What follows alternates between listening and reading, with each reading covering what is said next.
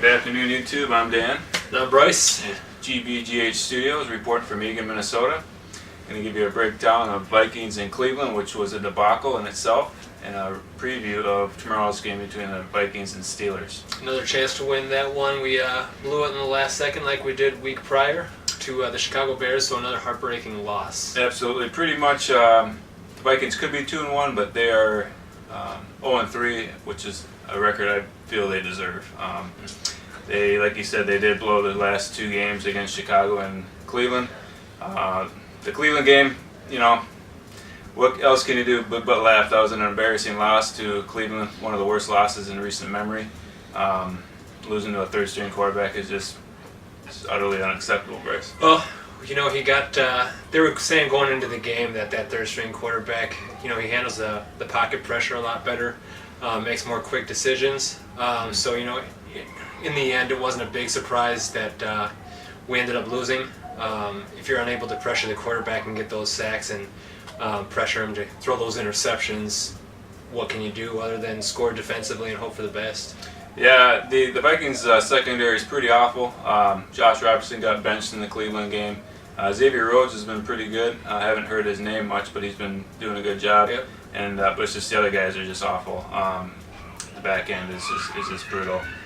So we got you know, and Ponder.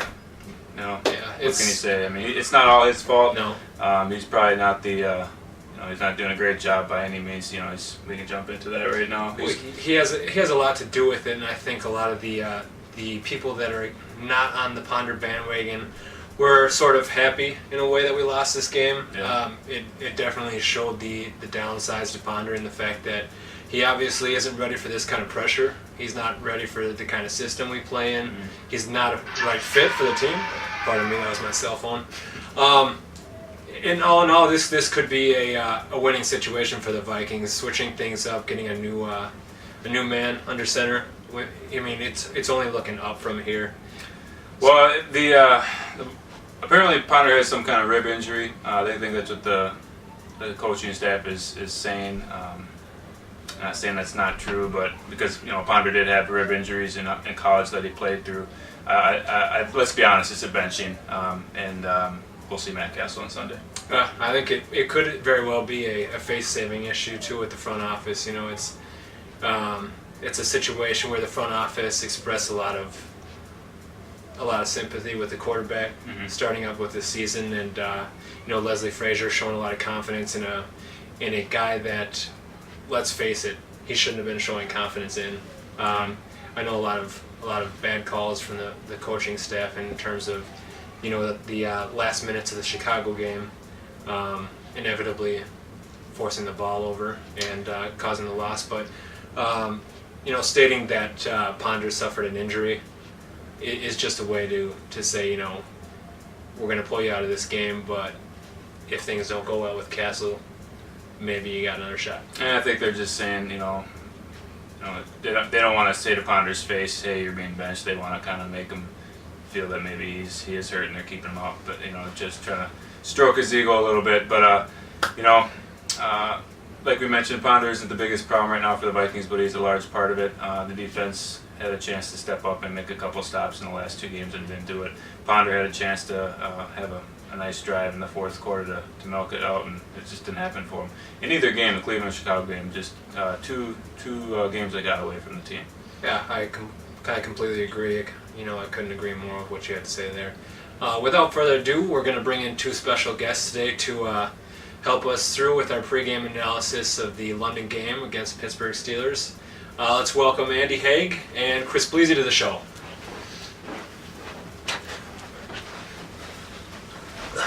Andy, Hey, what's up? glad to have you on. Chris, What's going on, you two? hey, thanks for joining us today.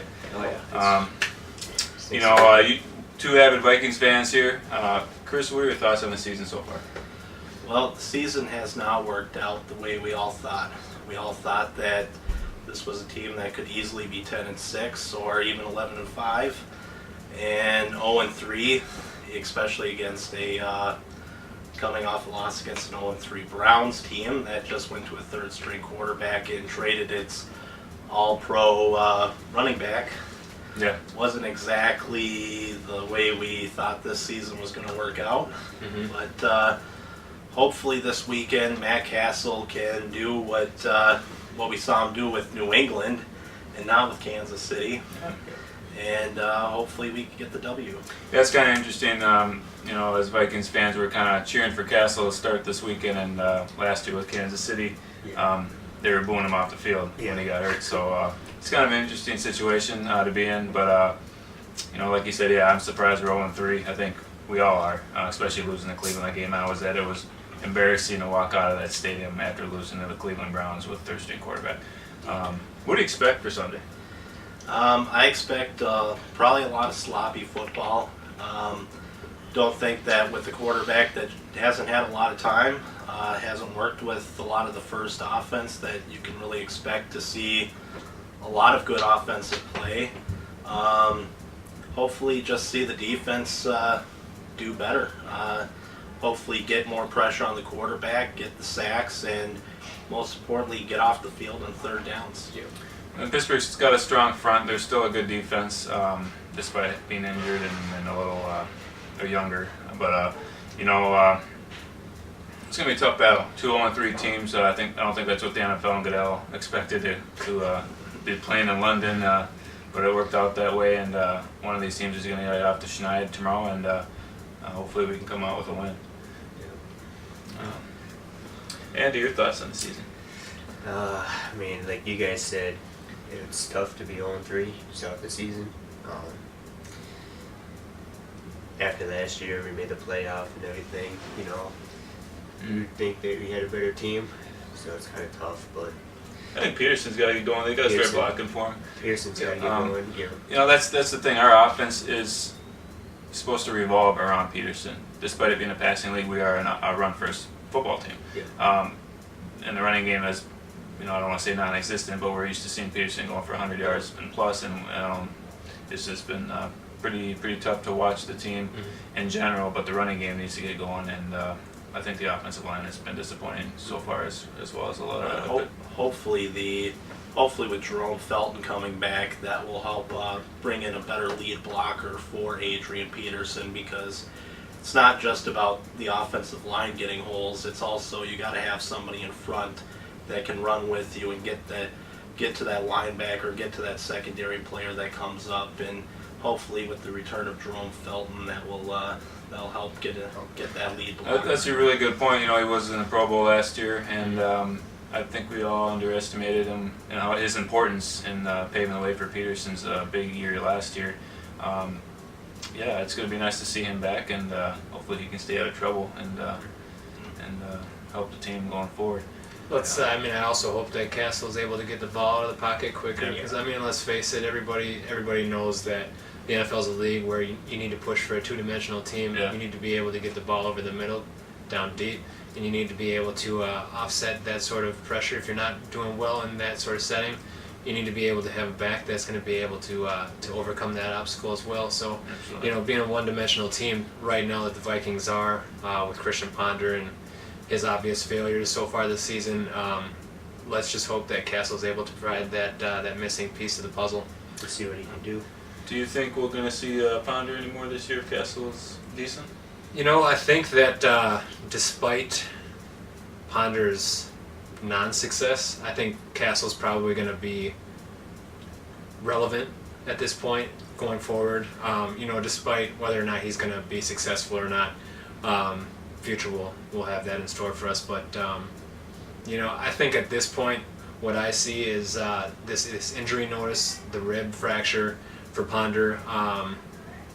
However serious it might be, however much info they're delving out to the public, I think they're going to state to the public that the injury was much more serious than people thought or they realized, and it's going to force them in the front office to say that they had no other choice than to go with Cassel. There's always stuff that the fans and public aren't going to know behind the scenes, and we're just going to have to see how the rest of the year plays off. It's a tough schedule. I don't think they're going to be a 500 team this year. No, I honestly don't think they will be. And the light at the end of the tunnel with that situation is we'll just be looking better in the draft next year. But it's a little early in the season to be wishing for that first overall draft pick. There's chances that teams can come back from such a deficit. Whether or not the Vikings will is statistically improbable. What were you saying about 0-3 teams and making the playoffs? Since 1990, only 6 0-3 teams have finished with a record above 500, and only 3 of those teams have actually made the playoffs. They're pretty tough odds, but like Bryce was saying, we don't want to throw the season away, but we got to be realistic and see what we got. The rest of the way, it appears the Vikings missed on Ponder, but Spielman's had some great draft picks, so we can't just obviously throw Spielman under the bus for this one. But it's tough. You need a general back there, and we're up to see if the Vikings are going to be playing for a first round pick next year and a quarterback. So with that being said, Matt Cassel again is starting Sunday. We'll have to see what happens in the game. Pittsburgh and Minnesota should be a good game. 2 0-3 teams, but two respectable franchises. So looking forward to the game tomorrow, guys. You got anything else to add? Scoring predictions. Let's go around. Dandy, what are your thoughts on the scoring of this London game coming up this week? And what do you think the Vikings are going to have for us this weekend? I think it's going to be a close game overall, but I think Pittsburgh is going to go on top. I'm going to go 2013. 2013 Steelers. All right, Chris, how about you? I think in a game like this, I think you got to go with the team with more experience, and unfortunately, that's the Steelers. They got a quarterback that's got more experience, and they got the defense that's more experienced. I'm going to make it a little more high-scoring affair. I think it's going to be 35-31 Steelers. Okay, Dan, your thoughts? Like Chris said, Pittsburgh's pretty. Over the years they've always given the Vikings problems. It's hard to pick Minnesota right now, especially losing to Cleveland and having a backup quarterback starting this week. 24-17 Pittsburgh. 24-17 Pittsburgh. Okay. Well, I think in my opinion, it's going to definitely come down to turnovers. The Vikings have been giving the ball up relentlessly, unfortunately, this season. Pittsburgh's defense has kind of been lacking in the forcing the turnovers.